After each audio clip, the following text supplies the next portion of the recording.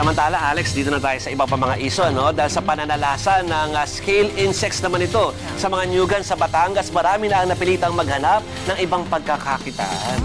Lumalala na kasi ang problema dahil maging ang iba pang produkto ng probinsya, inatake na rin ng mga peste.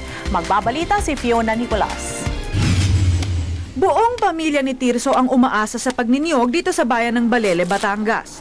Ang kanyang ama ang umaakyat sa puno at nanunungkit ng bunga. Siya ang tagatalop ng niyog at mga buko. Ang kanya namang mga kapatid ang nag-aangkat ng mga ito sa mga palengke. Pero dahil sa pananalasa ng mga peste, ang mga kapatid ni Tirso nag-construction worker na.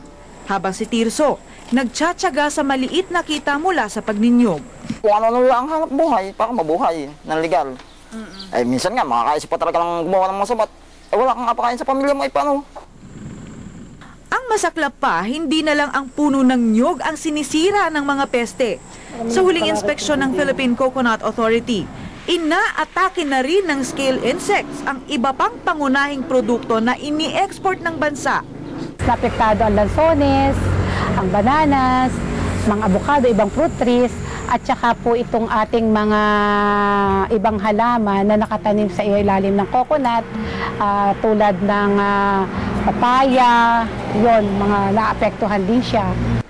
Para maibsan ang problema, bukod sa pagtatabas ng mga dahon at bunga ng mga apektadong nyog, nagpaparami na rin ng mga kulisap na kakain sa mga scale insects. Humingi na rin ng ayuda ang PCA sa DENR, pati na sa Malacanang. Kung ito ay masisira ang industriya, kawawa ang mga magsasaka dahil wala silang pagkukunan ng kaikabubuhay. Pero habang wala pang mas konkretong solusyon laban sa mga peste na sumira ng kanilang kabuhayan, dasal na lang ang kinakapitan ng mga gaya ni Tirso. Ano magagawa pa namin? Ay, ang iniisip ko lang, siguro gawa talaga ng Diyos yan, sinusubukan ng tao. Ay, wala naman kami masising iba. Ay, kuha niya na eh. Kuman talaga sa kalikasan na eh. Fiona Nicolas, News 5.